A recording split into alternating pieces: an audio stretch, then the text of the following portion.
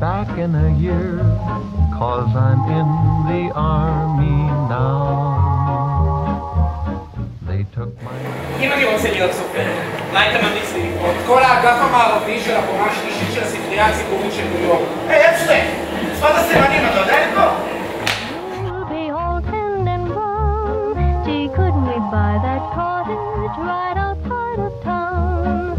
Goodbye, dear.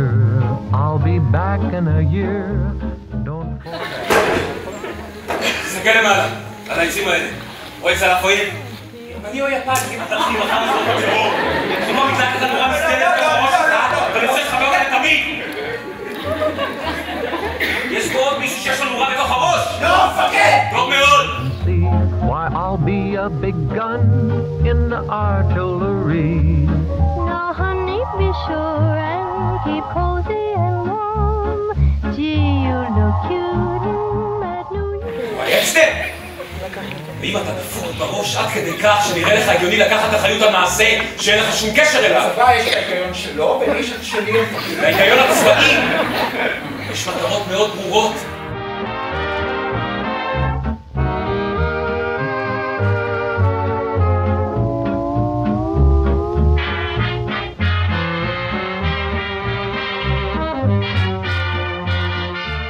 לא אמרת לי מה השם המלא שלך? במקרה ואני ארצה לשלוח מכתב לבית הספר לבנות על שם מריה הקדושה. מתישהו. הניגן. דייזי הניגן.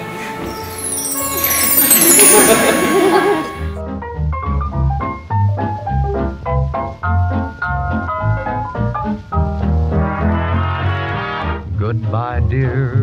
Well, I'm here for a year. I'm in the army now.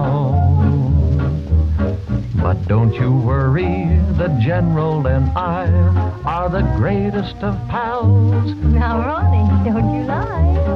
Well, he fixed it up so I could have breakfast in bed. Why,